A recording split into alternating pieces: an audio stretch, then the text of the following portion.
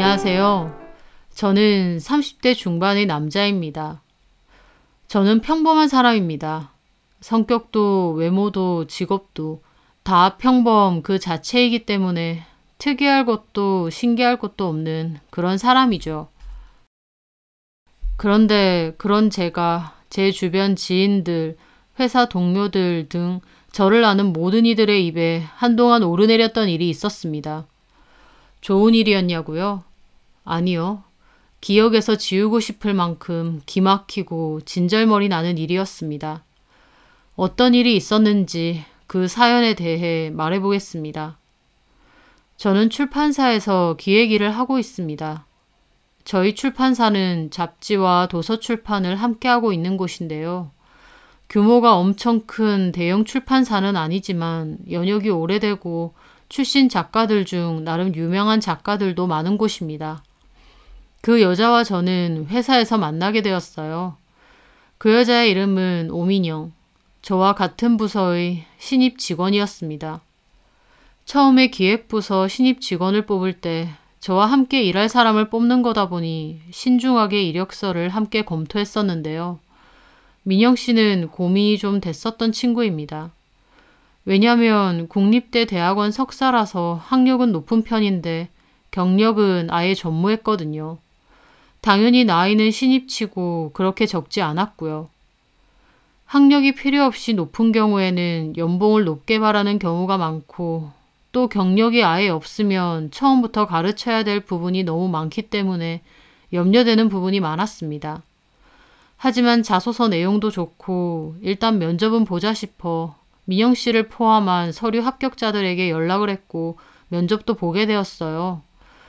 그런데 오히려 면접을 보면서 대화를 나눠보니 민영 씨가 참 마음에 들더라고요. 본인이 경력이 없어서 부족한 걸 잘 알고 있었고 열심히 하려는 의지도 강했습니다.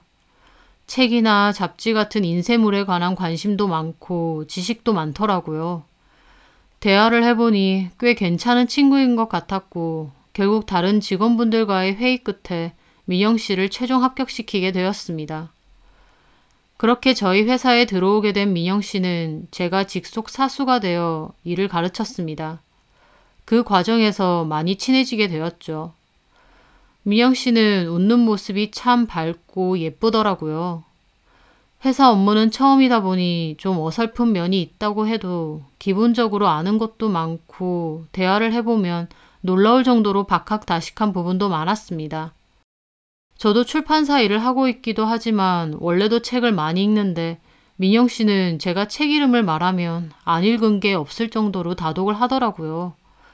단순히 많이 읽는 것뿐만 아니라 그 글에 대한 본인 의견도 뚜렷했고 작가에 대한 지식도 아주 많았습니다. 기획일에 있어서 아이디어도 많았고요. 직원으로서 참 괜찮다 생각했어요. 하지만 사적으로도 민영 씨에게 호감을 좀 느끼고 있었습니다. 동료나 후배이기 전에 사람 대 사람으로서 민영 씨와 대화하는 게 꽤 즐거웠거든요. 인간적인 호감이 많이 느껴졌다고나 할까요? 일을 하면 할수록 제 마음 한켠엔 민영 씨에 대한 애정도 조금씩 커져갔습니다. 하지만 그런 티를 내거나 민영 씨에게 직접적으로 말하진 않았어요. 저랑은 나이 차이도 6살이나 나고 민영 씨는 저와 달리 인기도 많을 것 같아서 쉽게 다가가지는 못하겠더라고요.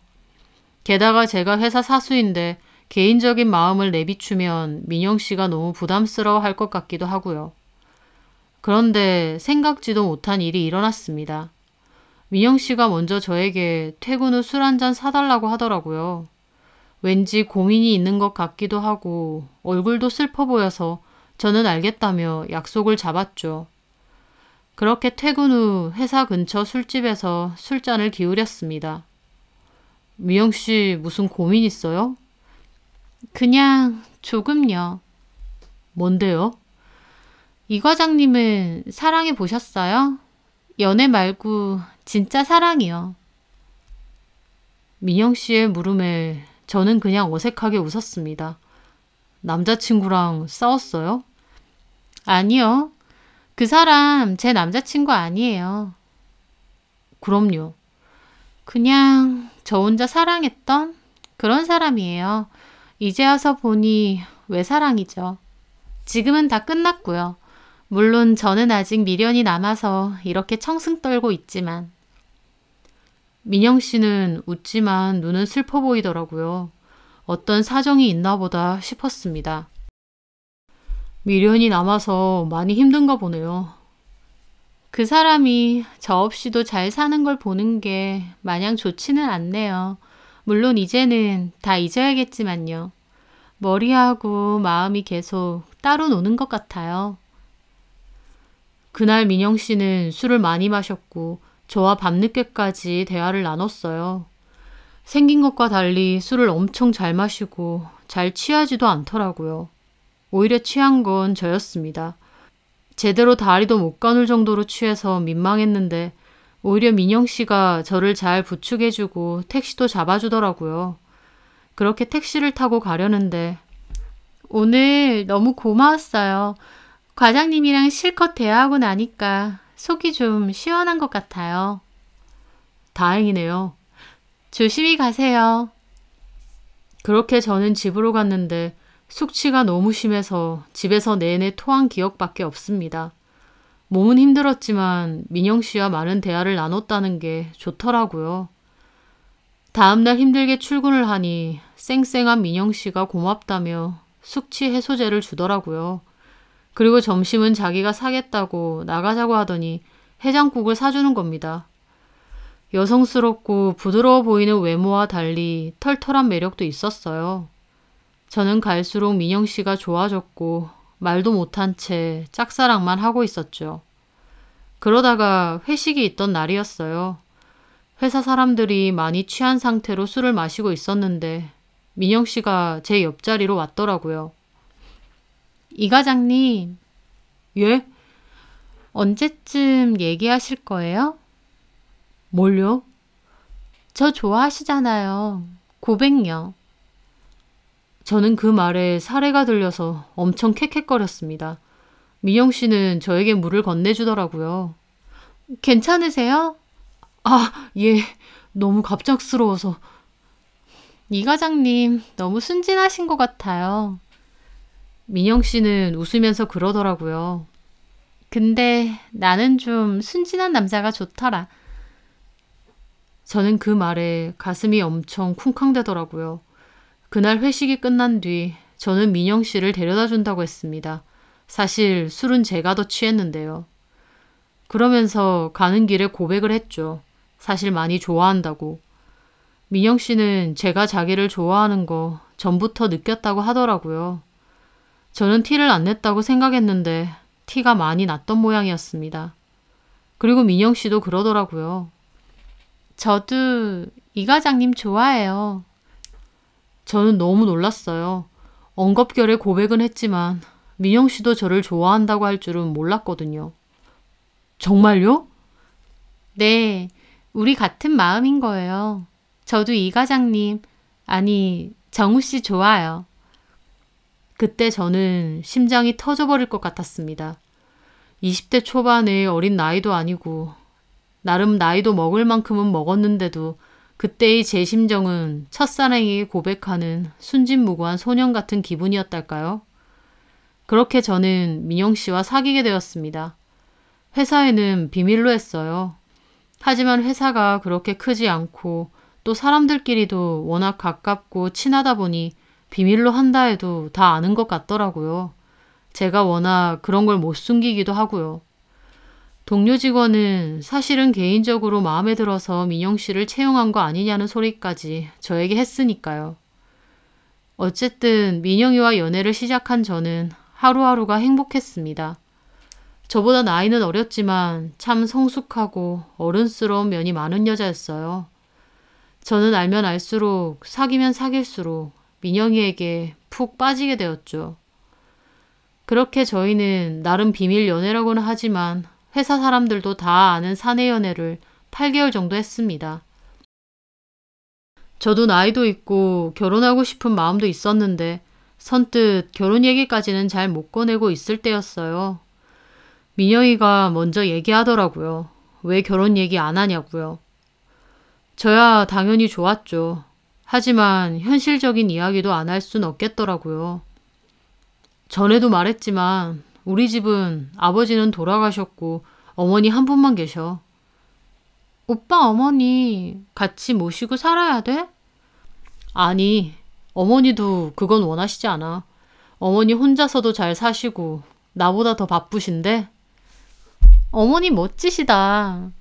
근데 집은 일단 우리 집에서 시작해야 될 것 같아. 내가 전에 얘기했지. 청약 당첨됐다고. 제가 청약이 돼서 돈을 넣고 있었거든요.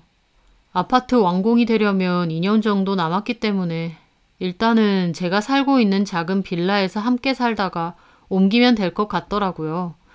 그래도 되지. 부모님께서 괜찮다고 하실까? 그럼 2년 뒤에 옮길 건데 뭐. 더 작은 데서 시작해도 상관없어. 고마워. 그렇게 말해줘서.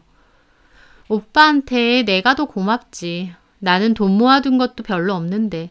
대학원까지 가는 바람에 부모님한테는 손도 너무 많이 벌려서 결혼 비용까지 달라고는 못하겠어. 우리 집도 그렇게 넉넉하지도 않고. 아무 상관없어. 우리 집에 있을 거 다 있는데 뭐. 2년 살고 아파트로 옮길 때 그때 가전하고 가구하고 새로 사자. 저희는 그렇게 말을 하고 결혼 준비를 시작했습니다. 사실 저는 민영이와 만날 때 2년 뒤에 아파트가 완공되면 결혼해서 들어갈 생각도 있었는데요. 민영이가 결혼을 좀 서두르더라고요. 저는 하루라도 빨리 같이 살고 싶다고 하길래 저만큼이나 민영이도 저를 많이 좋아하나 보다 생각했죠. 그렇게 저희는 순조롭게 결혼 준비를 하고 있을 때였습니다. 그날은 저희 웨딩 촬영이 있던 날이었어요. 예약해둔 웨딩 스튜디오로 갔고 드레스와 턱시도도 입고 메이크업도 받고 즐겁게 사진 촬영을 했죠. 살면서 일반인이 그렇게 메이크업이며 헤어 손질 다 받고 하루 종일 사진 촬영하는 일이 뭐 얼마나 되겠나요? 생소하고 민망하면서도 재밌더라고요. 그렇게 사진 촬영이 거의 끝나가고 옷을 갈아입고 나오기로 했던 때였습니다. 저는 먼저 나와서 화장실을 갔다 왔는데 민영이가 안 보이더라고요. 신부님 전화하러 가시던데요? 아, 예. 근데 저희 이제 마무리돼서 내려가셔야 되거든요. 그 다음 촬영하실 분들 곧 오실 거라서. 아, 그럼 제가 데리고 올게요. 저는 스튜디오를 비워줘야 된다는 스텝의 말을 듣고 민영이를 찾으러 갔습니다. 민영이는 어디까지 전화를 하러 간 건지 주변에는 잘 보이지 않더라고요. 그렇게 찾다 보니 민영이는 계단에 있었습니다. 제가 가는 그때까지도 누군가 통화 중이더라고요. 어때? 기분이? 당신도 나처럼 느껴봐야 될 거 아니야. 저는 좀 놀랐습니다. 누구와 통화하는지는 모르겠는데 엄청 빈정거리는 말투더라고요. 민영이에게서 처음 듣는 말투라고나 할까요? 자기야. 제가 인기척을 내자 민영이는 깜짝 놀라서 뒤를 보더라고요. 언제 왔어? 방금. 우리 짐들도 이제 내려가야 된대. 시간 초과됐대. 아, 그래? 알았어. 민영이는 그러더니 전화를 그냥 끊어버리더라고요. 끊는다는 소리도 없이요. 그렇게 끊어도 돼? 괜찮아. 누구랑 통화한 건데? 친구. 얼른 가자. 저는 그렇게 민영이와 다시 스튜디오로 돌아갔습니다. 대화 내용이나 민영이의 말투가 좀 이상하긴 했지만 대수롭지 않았어요. 그런데 이상한 일은 또 있었습니다. 쉬는 날 저희 집에 민영이가 놀러 왔었어요. 민영이가 라면을 먹고 싶다고 하더라고요. 저는 라면을 끓이려고 주방으로 나갔다가 계란 넣을 건지 물어보려고 들어가려는데요. 민영이가 저희 방을 막 사진으로 찍더라고요. 그러더니 누군가에게 문자를 보내는 것 같았습니다. 방은 왜 찍어? 그냥 좀 인테리어를 바꿔볼까 해서. 좀 칙칙하지. 아무래도 커튼도 그렇고 침대 커버 같은 건 좀 바꿔야겠어. 그렇지. 내가 알아서 좀 볼게. 그래. 나보다는 네가 더 잘 보겠지. 그렇게 얘기하고 말았습니다. 그런데 그날 우연히 민영이가 화장실 간 사이에 폰을 슬쩍 봤는데요. 거기에 제 방 사진과 함께 이렇게 적혀 있는 겁니다. 나 이런 데서 살 거야. 어때 보여? 저는 순간 저게 무슨 말이지? 하는데 마침 민영이가 핸드폰을 확 들더라고요. 왜 남의 폰을 봐? 아니, 우리 방 사진을 누구한테 보낸 것 같아서. 아, 친구.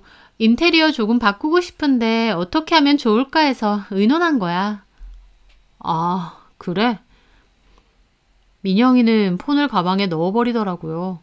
하지만 저는 뭔가 찜찜했습니다. 민영이의 표정이나 행동도 그렇고 대화 내용도 그렇고 뭔가 친구에게 보내는 느낌 같지가 않았거든요. 민영이가 너무 좋았지만 오히려 결혼 준비를 하면서부터는 좀 석연치 않은 부분이 많다는 걸 느꼈습니다. 묘하게 뭔가 저에게 숨기는 듯한 느낌이 자꾸만 들었거든요. 그저 내 생각일 뿐이겠지, 내가 예민한 거겠지라고 생각을 했는데요. 결정적인 그 일이 생긴 거였습니다. 그날 외근이 있었는데 마침 민영이가 졸업한 학교 근처에 약속이 있었어요. 그래서 같이 외근 나가서 일을 보고 밥을 먹으러 가기로 했죠. 자기 학교 근처니까 잘 알겠다. 맛있는 데 데리고 가죠. 아, 거기 가면 되겠다. 나 대학원 동기들이랑 잘 가던 곳 있거든. 파스타랑 리조또 맛있어. 좋은데? 가보자. 저는 그렇게 민영이와 그 식당을 가게 됐어요. 주문을 하고 앉아서 이런저런 얘기를 하고 있던 때였습니다. 그때 어머, 민영이 맞지? 누가 아는 체를 하더라고요. 쳐다보니 웬 여자 둘이 있었습니다. 민영이 동기들인가 했는데 민영이 표정은 그렇게 좋지 않더라고요. 좀 당황한 것 같기도 하고요. 오랜만이네. 여긴 어쩐 일이야? 이제 학교 안 다니잖아. 일 때문에. 일? 아, 취업했구나. 그럼 회사 동료분이셔? 우리 회사 과장님이셔. 그러면서 저를 보더라고요. 어머, 그렇구나. 안녕하세요. 저희 민영이 대학원 동기예요. 안녕하세요. 어떻게 이런 데서 만나네. 식사 맛있게 하세요. 민영아, 또 보자. 그렇게 동기들은 민영이를 힐끗거리며 가게를 나가더라고요. 동기분은 반갑게 인사했는데 오히려 민영이는 표정이 몹시 안 좋았습니다. 저분들은 아직 학교 다니시나 보네. 쟤는 박사과정까지 밟는다고 했거든. 아, 그렇구나. 근데 표정이 왜 그래? 별로 안 친한 동기였어? 막 친한 건 아닌데 되게 친한 척하네. 당황스럽게. 민영이는 어색하게 웃더라고요. 저는 그냥 고개를 끄덕이며 있다가 담배가 좀 피고 싶어서 잠깐 나갔다 온다고 했습니다. 그렇게 가게 밖에서 담배를 피려던 참이었어요. 그런데 뭔가 인기척이 들려서 슬쩍 보니까요. 코너 돌아서 아까 인사했던 민영이 동기들도 담배를 피고 있더라고요. 아직 안 갔구나 생각하며 저도 담배에 불을 붙이면서 의도치 않게 그 두 사람이 하는 얘기를 듣게 되었습니다. 야, 어떻게 여기서 다 보냐, 오민영 쟤를? 무슨 낯짝으로 여기로 오지? 여기 우리 학부 애들 자주 오는 거 알면서. 하여튼 보통 낯짝은 아니라니까? 저는 저게 무슨 말인가 했습니다. 분명 민영이 뒷담을 하고 있었어요. 안 친한 정도가 아니라 사이가 아주 안 좋은 것 같더라고요. 아무리 그래도 인사 잘해놓고 뒤에서 왜 욕을 하나 싶어 저도 기분이 언짢던 참이었어요. 그런데 대화 내용이 좀 이상하더라고요. 제가 걔지. 너네 학부에 소문났었던. 맞아. 제가 걔야. 알만한 사람은 다 알아. 쉬쉬해서 그렇지. 야, 근데 생긴 건 진짜 그렇게 안 생겼다. 내 말이 완전 내숭백단이지 뭐. 저는 무슨 말일까 싶었습니다. 학부에 소문이 났었던 사건이라니. 도대체 뭐길래 저렇게 동기들이 뒤에서 민영이를 씹어댈까 싶더라고요. 근데 소문으로 뭐 다른 남자랑 결혼한다 어쩐다 하던데 설마 아까 앞에 그 남자는 아니겠지? 왜? 내가 듣기론 회사 사람이랑 결혼한다고 했던 것 같아서. 만약 그런 거면 그 남자 진짜 불쌍하다. 아무것도 모를 거 아니야. 그러게. 제 과거가 이렇습니다 하고 다 밝히고 결혼할 것도 아니고 무섭다 무서워. 야, 그만 가자. 그 여자들은 담배를 버리고 가는 것 같았습니다. 그 얘기를 다 들은 저는 몹시 심각해졌죠. 제가 모르는 민영이의 과거가 뭔지, 도대체 뭐길래 결혼하는 남자가 불쌍하다는 소리까지 들어야 되는 건지 심각한 기분이 들더라고요. 대화만 들어보자면 민영이에겐 제가 모르는 꽤 큰 비밀이 있는 것 같았습니다. 저는 담배를 피는 둥 마는 둥 하고 잠시 생각을 하다가 다시 가게 안으로 들어왔어요. 민영이도 여전히 표정이 좋지 않더라고요. 음식 나왔어. 왜 이렇게 늦게 들어와? 얼른 먹자. 저는 몹시 불편한 기분으로 음식을 먹는 둥 마는 둥 했습니다. 민영이 역시 아까 그 동기들을 만나고 생각이 많아 보이더라고요. 저는 겉으론 그냥 모르는 척 하면서도 속으론 제가 모르는 민영이의 비밀이 뭔지 알아내야겠다 싶었습니다. 그날 퇴근을 하고 민영이는 저희 집에 왔어요. 둘이서 맥주를 했고 민영이는 피곤하다며 먼저 잠이 들었죠. 저는 조심스럽게 민영이의 핸드폰을 꺼내 들고 화장실로 갔습니다. 잠금이 걸려있긴 했지만 비번은 대강 알고 있었어요. 제 앞에서 늘 아무렇지 않게 비번을 틱틱 누르고 풀었거든요. 저도 기억을 더듬어 잠금을 풀고 톡이나 문자 등을 살펴봤습니다. 그리고 그렇게 어렵지 않게 그 대화를 발견할 수 있었어요. 제가 그때 이상하게 생각했던 저희 방 사진을 보낸 바로 그 대화창이었습니다. 대화는 참 이상하게도 민영이가 일방적으로 톡을 계속 보냈더라고요. 상대방은 정말 가끔씩만 답을 보냈고요. 그런데 민영이가 보낸 내용을 읽어본 저는 가슴이 콱 막히는 기분이 들었습니다.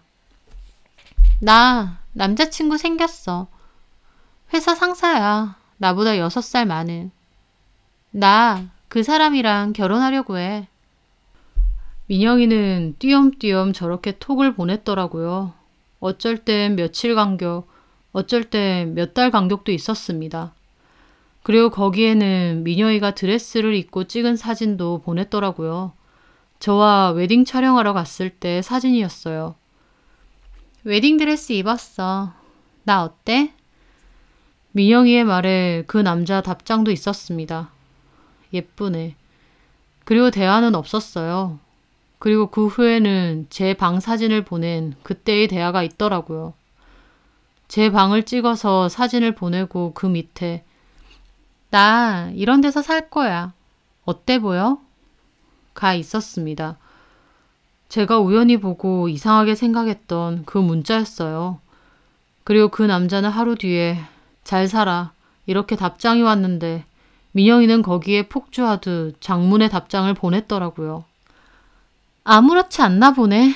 당신은 잘 먹고 잘 사니까 내가 어떻게 살던지 아무 상관없나 봐. 가진 것도 없고 볼 것도 없는 남자야. 결혼하면 나 이런 데서 살아야 돼. 근데 나 이 남자랑 결혼할 거야. 왠 줄 알아? 당신한테 보여주려고. 아무한테나 결혼하고 구질구질하게 사는 거 당신한테 보여주고 싶어서. 나 없이 잘 먹고 잘 사는 당신 미안함이라도 가지라고. 저는 그 장문의 답장을 보는데 심장이 덜컥 내려앉더라고요. 누가 봐도 전 남친에게 미련이 가득해서 매달리는 여자의 문자였습니다. 그런데 그 내용이 저를 사랑하지도 않고 또 가진 거 없는 저랑 결혼하는 걸 구질구질하다고 생각하더라고요. 저와 사랑해서 결혼하는 게 아니라 이 남자가 미안함을 가지라고 아무하고나 결혼하겠다는 내용이었으니까요. 충격, 배신감, 분노. 말도 못하겠더라고요. 어떻게 지들 사랑 노름에 나를 끼워서 사람을 이렇게 비참하게 만들 수 있을까. 이런 문자를 보내는 여자가 정말 내가 사랑하던 민영이가 맞나 싶고요. 내가 민영이에게 이렇게 보였던 모양이었습니다. 가진 거 없고 구질구질하고 저를 사랑하는 마음조차 없으면서 단순히 복수심에 그 남자가 신경 쓰이게 만들고 싶어서 저와 결혼한다는 거였습니다. 저는 어쩔 줄을 모르겠더라고요. 너무 화도 나는데 비참하기도 하고 이런 속내를 가지고 저와 결혼을 하려고 했었다는 게 생각할수록 기막히고 저는 당장 민영이에게 따지려고 했었습니다. 그런데 뭔가 이상하더라고요. 저는 그 남자의 프로필 사진을 눌러봤습니다. 그리고 깜짝 놀랐어요. 그 남자의 프로필 사진에는 정다운 가족 사진이 있었거든요. 어디 외식을 가서 찍은 건지 40, 50대 정도로 나이가 들고 점잖아 보이는 남자와 그 옆에 아내로 보이는 여자, 그 뒤로 딸이 손으로 V를 만들며 웃고 있는 사진이었어요. 참 다정하고도 단란해 보이는 가족 사진이었지만 저는 이게 뭔가 싶더라고요. 이 사진 속에 나이 있는 남자가 결국 민영이의 대화 상대라는 뜻이었으니까요. 나이도 나이지만 가정이 있는, 그것도 이렇게 행복해 보이고 화목해 보이는 가족을 가진 남자와 이런 대화를 했다니. 저는 그때 배신감이 느껴지다 못해 뭔가 등골이 쭈뼛 하더라고요. 진짜 웃긴 게 그 남자는 가족 사진이고 민영이 프로필 사진은 저와 찍은 웨딩 촬영 사진이었습니다. 한 사람은 가족 사진 해놓고 한 사람은 웨딩 촬영 사진 해놓고 뒤에서는 둘이서 이런 대화를 하고 있었던 겁니다. 내가 민영이에 대해서, 저 오민영이라는 여자에 대해서 정말 많이 모르는구나 싶었습니다. 저는 당장이라도 나가서 따지려는 마음을 일단 접었습니다. 그리고 제 폰으로 그 남자의 사진과 대화 내용을 조심스럽게 옮겼어요. 그리고 웨딩 촬영 날 민영이가 이상한 통화를 했던 사실을 떠올리며 그 날짜, 그 시간 통화 내역을 봤죠. 그런데 저장명이 뭐라고 돼 있는 줄 아세요? 박 교수님이었습니다. 박 교수, 그 남자는 민영이 학교 교수였던 모양이더라고요. 저는 기가 막혔어요. 그리고 그렇게 되니 이제 다 알겠더라고요. 왜 낮에 만난 민영이 동기들이 민영이를 보며 뒷담을 하는 건지, 왜 학교에 소문이 났었다고 했었는지요. 저는 그 남자의 연락처도 제 폰에 일단 저장을 했습니다. 그리고 조심스럽게 밖으로 나왔어요. 민영이는 세상 모르게 자고 있더라고요. 그 얼굴을 보는데 예전 같았으면 예쁘고 사랑스럽다 느꼈겠지만 이제는 아니었습니다. 분노가 치솟고 역겨웠어요. 저는 민영이 폰을 원래 있던 자리에 놔두고 옷을 들고 밖으로 나왔습니다. 그리고 회사로 갔어요. 도저히 집에 같이 있고 싶지 않았거든요. 저는 회사에서 밤을 새면서 그 대화를 읽고 또 읽었어요. 민영이에 대한 배신감이 너무 컸습니다. 혼란스럽기도 했고요. 그리고 일단은 박 교수라는 이 남자를 만나봐야겠더라고요. 그렇게 밤을 샌 저는 아침 일찍 그 남자에게 전화를 했습니다. 여보세요? 그 남자의 목소리를 듣는데 말할 수 없는 감정이 몰아치더라고요. 여보세요? 그 남자는 제가 답이 없자 다시 물었고 저는 겨우 입을 열어 말했죠. 박 교수님? 누구시죠? 오민영 아시죠? 예? 저 오민영 약혼자입니다. 결혼 약속한. 제 말에 그 남자는 잠시 말이 없더라고요. 그러더니 예, 그런데요? 무슨 일이시죠? 만나서 얘기를 좀 했으면 하는데요. 무슨 얘기요? 두 사람이서 카톡한 거 봤거든요. 제 말에 그 남자는 한숨을 푹 내쉬었습니다. 저랑 카톡을 한 게 아니라 오민영이 일방적으로 보낸 겁니다. 어쨌든요. 제가 학교로 찾아가도 될까요? 제가 학교로 찾아간다고 하자 그 남자는 펄쩍 뛰더라고요. 무슨 소리예요? 여길 왜 와요? 저는 그냥 얘기만 좀 하고 싶어서요. 학교는 안 되고 근처에서 뵙죠. 잠깐이면 되죠? 네. 그렇게 저는 그 남자와 약속을 잡았어요. 회사에서 멍 때리고 있으니 사람들이 출근을 했고 저를 보고 다 놀라더라고요. 일찍 온 건지 아니면 회사에서 잔 건지 물으면서요. 저는 그냥 멋쩍게 대답을 했습니다. 민영이도 출근하자마자 저에게 오더라고요. 잠에서 깨서 일어나 보니 내가 없던데 어떻게 된 거냐면서요. 저는 급하게 보내야 될 게 있어서 좀 일찍 나왔다며 대충 둘러댔습니다. 민영이는 점심을 같이 먹자고 했는데 저는 약속이 있으니 혼자 먹으라고 했어요. 제 딴에는 티를 안 내려고 했는데 티는 나는 것 같더라고요. 민영이는 계속 무슨 일 있냐고 했고요. 하지만 저는 그 얼굴조차 보기가 싫었습니다. 제 앞에선 저를 진심으로 걱정하는 척하면서 뒤에서는 마음에도 없는 결혼을 복수심으로 한다고 말하는 그 여자. 알 수 없는 시커먼 속내를 보기라도 한 양 정말 혼란스럽더라고요. 그날은 일도 손에 잘 잡히지 않았습니다. 그리고 약속 시간에 맞춰 약속된 장소에 가 있었죠. 잠시 후 그 남자가 두리번거리며 오더라고요. 박 교수. 저는 사진을 봐서 단박에 알아차렸습니다. 제가 일어나자 박 교수도 떨떠름한 얼굴로 앞에 앉더라고요. 할 얘기가 뭡니까? 저는 그 남자 얼굴을 가만히 봤습니다. 온화하게 웃고 있던 사진 속 모습과 달리 실제로 본 박 교수는 좀 날카롭게 생겼더라고요. 제가 만나자고 한 것 때문에 초조해 보이기도 했고요. 단도직입적으로 물을게요. 민영이와 무슨 사이셨습니까? 걔한테 무슨 얘기 듣고 이러시는 거예요? 아니요. 직접 들은 거 아니고 두 사람 대화 나눈 걸 봤습니다. 제 말에 박 교수는 질린다는 얼굴로 물을 마시더라고요. 진짜 미치겠네. 박 교수는 진심으로 짜증난 얼굴이더라고요. 일반적인 교수와 학생 사이 아니던데요. 그리고 이미 알만한 사람들은 다 아는 그런 일이 있었던 것 같은데 솔직하게 다 말해주세요. 만약 솔직하게 말 안 하시면 제 나름대로 알아보는 수밖에 없습니다. 어떻게 알아본다는 거예요? 여기저기 들쑤시고 다니기라도 한다고? 그럴 수밖에 없죠. 내가 이럴 줄 알았어. 그렇게 미저리 같은 문자 계속 보낼 때 이럴 줄 알았다고. 박 교수는 그렇게 말하며 물을 벌컥벌컥 마시더라고요. 그리고 민영이와의 이야기를 들려주었습니다. 내가 담당 교수였고 민영이 논문 쓸 때 내가 많이 도와줬습니다. 담당 교수가 도와주는 건 당연한 거니까. 나는 뭐 다른 학생들처럼 생각해서 그렇게 한 건데 민영이는 나한테 좀 별다른 느낌을 가졌나 봐요. 민영이 혼자서요? 제 말에 박 교수는 제 눈치를 슬쩍 보더니 말하더라고요. 내가 사실 그때 마음이 좀 외롭고 헛헛할 때였거든요. 근데 민영이가 논문 핑계로 밥 먹자, 술 먹자 그러면서 다가오니까 나도 외롭던 차에 나쁘지 않아서 몇 번 만났죠. 그러니까 제자랑 개인적으로 만나서 밥도 드시고 술도 드셨다. 지금 뭐 치조예요? 박 교수는 불쾌한 얼굴이더군요. 하지만 저는 더 불쾌하고 화가 났습니다. 제가 가만히 노려보고 있자 박 교수는 눈을 피하더라고요.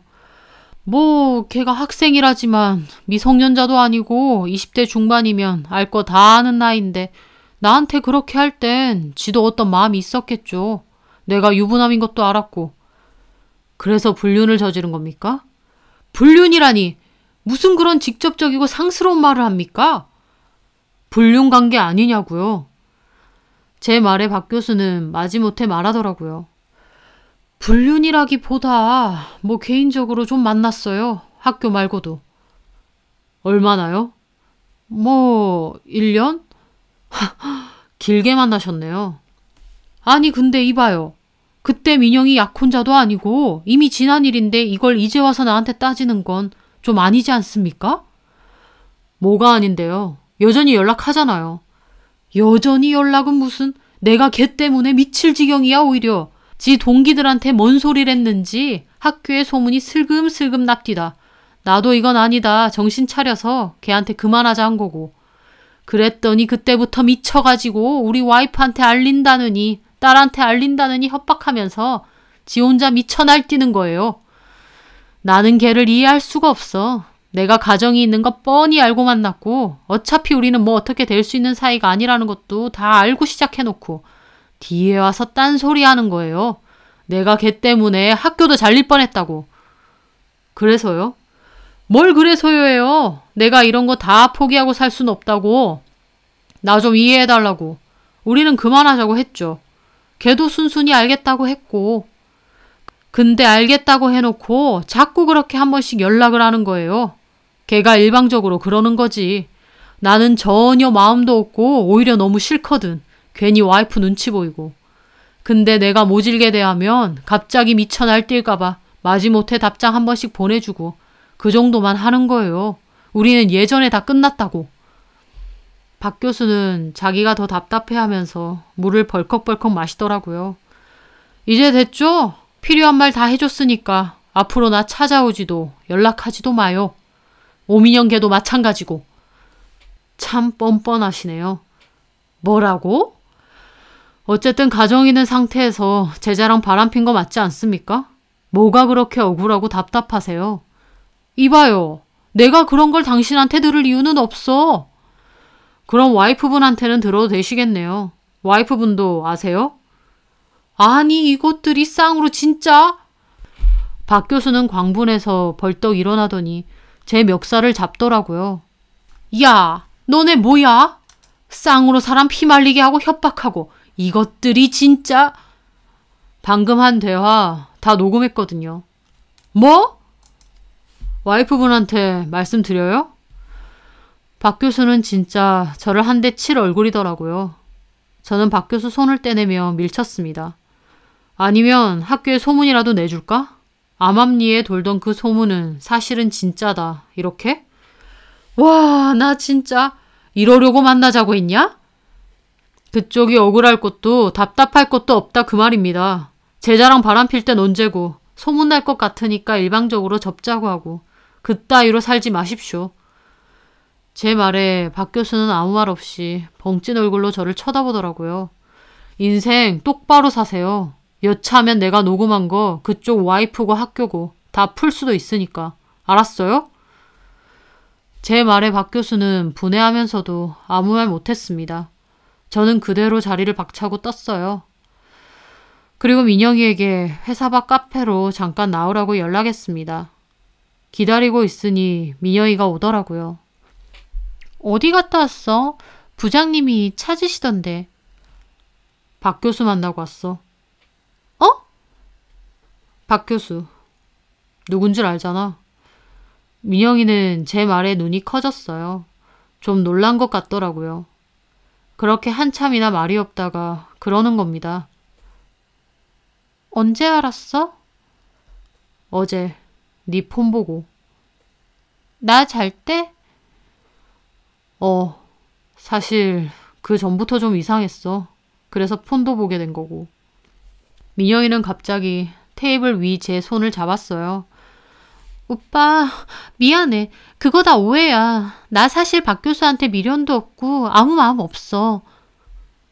그런 사람이 마음에도 없는 남자랑 결혼한다고 이렇게 구질구질 살 거라고 내 방 사진까지 보냈니? 너무 억울해서 학교에 소문난다고 나 몰아붙여서 나는 원래 박사과정까지 하려던 거 그만두고 예정에도 없이 학교 나왔거든. 근데 그 인간은 아무렇지도 않게 잘 먹고 잘 사는 거 보니까 너무 화가 나서 그랬어. 마음이 있어서가 아니라 나도 너무 분해서. 그래서 나 이용했냐고.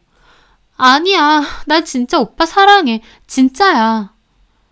저는 민영이 손을 뿌리쳤습니다. 네가 그 남자랑 대화했던 내용도 다 있고 좀 전에 박 교수 만났을 때 너에 대해서 하는 말도 다 녹음했어. 뭐래 그 인간이? 지긋지긋하고 미저리 같대. 뭐? 치 떨려 하더라. 근데 너도 똑같아. 박 교수 가정 있는 거 알고 그랬잖아. 네가 억울할 것도 없어. 제 말에 민영이는 훌쩍이더라고요. 와이프랑 엄청 사이 안 좋다고. 이혼 얘기하고 있다고. 너 바보냐? 오히려 그 남자는 네가 들쑤시고 다녀서 와이프가 알까봐 엄청 겁내하던데? 지금도 너 차단하면 네가 미쳐서 날뛰는 게 제일 걱정이래. 와이프한테 다 말할까봐. 그래서 마지못해 답장 한 번씩 보내주는 거라던데? 그 자식이 그렇게 말했어? 그래. 네가 미련 넘치는 그 남자가 그렇게 너를 생각한다고. 너나 그 남자나 진짜 소름 끼치고 징그럽다. 근데 그 남자는 내 알 바 아니고 너한테는 너무 배신감 느껴져. 미안해. 미안해 오빠. 됐어. 내가 이렇게 다 한 이상 우리 끝났어. 아쉬울 것도 없잖아. 사랑해서 하려고 한 결혼도 아닌데. 아니야. 진짜 그냥 복수심에 그런 거지. 나 오빠 진짜 좋아해. 알잖아. 모르겠어. 나는 네가 누군지, 어떤 사람인지 진짜 모르겠고 더 이상 네 얼굴 보기도 싫어. 네가 그나마 나에 대한 미안함이라도 있으면 내 앞에서 사라져주라. 나는 너 볼 자신 없다. 네가 안 나가면 내가 나갈 거야. 저는 그렇게 말하고 자리를 떠났습니다. 나갈 때 보니 민영이는 얼굴을 가리고 울고 있더라고요. 그 모습을 보는데 저도 너무 마음이 아프고 우리가 왜 이렇게 됐나 싶었습니다. 저도 눈물이 나서 회사로 다시 들어가지도 못하고 근처 공원에서 울면서 앉아 있었어요. 결혼식을 앞두고 너무 행복하고 좋았는데 이렇게 끝이 난다는 게 참 허무하고 힘들더라고요. 하지만 그런 대화를 직접 본 이상 덮어놓고 지나갈 수도 없는 문제였습니다. 제가 밖에서 한참이나 그러고 있자 회사에선 계속 전화가 왔는데 도저히 다시 들어갈 수 없었어요. 그래서 저는 결국 몸이 안 좋아서 병원을 가겠다는 문자 한 통 남기고 집으로 갔습니다. 집에서 술을 몇 병이나 마신지 몰라요. 안주도 없이 술만 퍼먹다가 잠이 들었는데 눈 떠보니 저희 회사에 친한 동료 직원 둘이 와 있더라고요. 친구처럼 친해서 저희 집에도 한 번씩 왔던 동료들이었습니다. 무슨 일이야. 연락도 안 되고 걱정돼서 와봤잖아. 그러니까 너도 그렇고 오민영 씨도 울면서 들어와서 자기 짐 싸들고 회사 나갔어. 저는 그 말에 술이 좀 깨더라고요. 나갔다고? 짐 싸들고? 그래, 왜 그러냐고 물어도 대답도 제대로 안 하고 앞으로 안 나올 거라고 그동안 고마웠다 그러고 가버리던데? 제가 눈앞에서 사라져 달라고 했지만 막상 그렇게 나갔다 생각하니 가슴이 많이 아프더라고요. 동료들의 최근에 저는 결국 있었던 일을 다 말해줬고 동료들도 경악을 하더라고요. 저는 다른 사람한텐 절대 말하지 말라고 했고요. 그렇게 저와 그 여자는 요란하게 끝이 났습니다. 그런 식으로 회사를 그만뒀으니 회사에는 소문이 다 났었죠. 결혼까지 약속한 저랑 심하게 싸우고 헤어지면서 회사를 박차고 나간 거라고. 헤어진 이유에 대해서도 많은 소문이 생겼습니다. 저는 함구하고 있었는데 그때 저희 집 찾아와서 진짜 속사정을 들은 동료 하나가 저 때문 아니고 그 여자 때문이니까 제 탓하지 말라고 한 소리 했나 봐요. 그 때문에 또 민영이에 대한 소문도 많이 퍼졌어요. 저는 소문이라는 게 언젠가는 사고로 들 테니까 생각하며 아무 말 하지 않고 그 시간을 견뎠습니다. 민영이는 나갔지만 저는 그 회사를 계속 다녀야 했으니까요. 시간이 약이라고 시간이 지나면서 점차 소문이 사그러들긴 하더라고요. 여전히 왜 헤어졌는지 궁금해하는 사람도 있었지만요. 결혼까지 하려던 사람이어서 이렇게 헤어진다는 게 참 가슴 아픈 일이지만 민영이가 그 남자에게 보냈던 메시지와 그 남자와의 과거에 대해서 떠올리면 그때라도 헤어지길 참 잘했다 싶습니다. 가슴 아픈 것과 별개로 가정이 있는 남자와 그런 과거를 가졌다는 것도 경악스럽고 저를 깎아내리면서 본인 애정 노름에 이용하려고 한 것도 생각할수록 너무 화가 났거든요. 아, 그런데 그렇게 나가고 오민영에게 한번 연락이 왔었습니다. 혹시 그 남자와의 대화 자기한테 보내줄 수 있냐고요. 왜 그러냐고 물으니까 그 와이프한테 다 말할 거라고 하더라고요. 억울하다고요. 민영이나 박 교수나 자기들이 저지른 짓은 생각도 안 하고 서로 억울하다고 느끼는 게 웃기더라고요.